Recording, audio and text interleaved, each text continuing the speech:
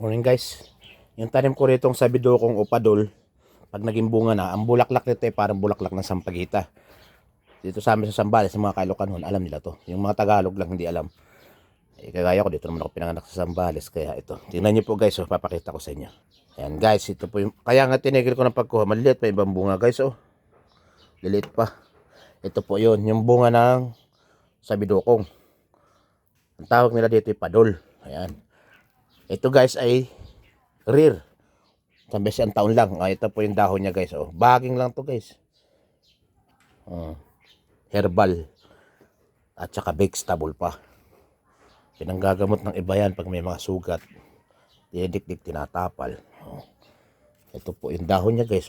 Sabi do, kung tanim ko yan, galing nga Castillejos, maliit pa. Tapos tinanim ko dito. Nagkalat na dito kasi nga po, pagka nagbubunga na hindi ko nakakuha, natutuyo ito, tapos pumuputok. Ay bulaklak po niya na umiikot pagka nililipad. Nakaani rin tayo ng sili. Tsaka yung sitaw na turo. Yung bunga ng nyug ko na natira, isang piraso, tuyo na. Tapos ito yung saging. Di ba po? Pag may tanim, may aanihin. Yan lang po kaligayahan ni Kuya George, guys. Tanim-tanim. Pag-arap ko magkaroon tayo kahit mga 3 to 500 square meter lang siguro. Mataniman natin.